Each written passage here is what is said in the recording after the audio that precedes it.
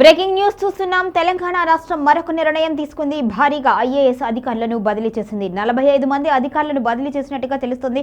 మొత్తానికి అయితే రాష్ట్రంలోని వివిధ ప్రాంతాల్లో ఈ అధికారులకు పోస్టింగ్ ఇచ్చినట్టుగా సమాచారం. 45 మంది అధికారులను భారీగా ట్రాన్స్ఫర్ చేయటం మీదైతే రకరకాల ఆరోపణలు వినిపిస్తున్నాయి. ఇక ఇప్పుడు ఎన్నికల సమయంలో ఇటువంటి మార్పులు ఎందుకు చేశారు అంటూ కూడా ప్రశ్నిస్తున్నారు. తెలంగాణలో భారీగా ఐఏఎస్ బదిలీలు చోటు చేసుకున్నాయి. ఈ మేరకు రాష్ట్ర ప్రభుత్వం తాజాగా ఉత్తర్వులు జారీ చేసింది. 45 మంది ఐఏఎస్లను బదిలీ చేసింది ప్రభుత్వం.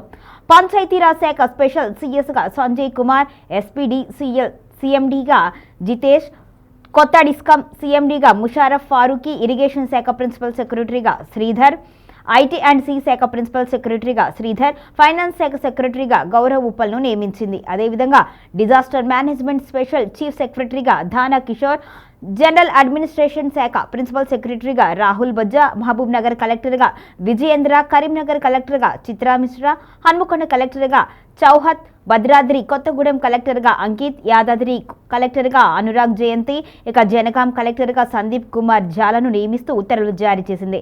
ఫైనాన్స్ శాఖ స్పెషల్ సెక్రటరీగా సిక్తా పట్నాయక్, ట్రైబల్ వెల్ఫేర్ డైరెక్టర్గా సంతోష్, లేబర్ స్పెషల్ కమిషనర్గా ఫమేలా, అదేవిధంగా కోఆపరేటివ్ కమిషనర్గా రాహుల్, జోగులాంబ గద్వాల జిల్లా కలెక్టర్గా రిజ్వాన్ షేక్, మహబూబ్ నగర్ జిల్లా కలెక్టర్గా స్నేహ, రాజన్న సిరిసిల్ల కలెక్టర్గా గరిమా, వికారాబాద్ జిల్లా కలెక్టర్గా దీపక్ తివారీ, అదనపు కలెక్టర్గా ఉమాశంకర్ ప్రసాద్, మెదక్ జిల్లా కలెక్టర్గా ప్రతిమా సింగ్, మేడ్చల్ జిల్లా అదనపు కలెక్టర్గా ఫైజాన్ అహ్మద్ను బాధ్యతలు అప్పగిస్తున్నట్టుగా ఆదేశాలు జారీ చేసింది. మొత్తానికైతే భారీగా ఐఏఎస్లను బదిలీ చేయటం వెనుక కారణం ఏంటి అంటూ కూడా కొంతమంది అయితే ప్రశ్నిస్తున్నారు.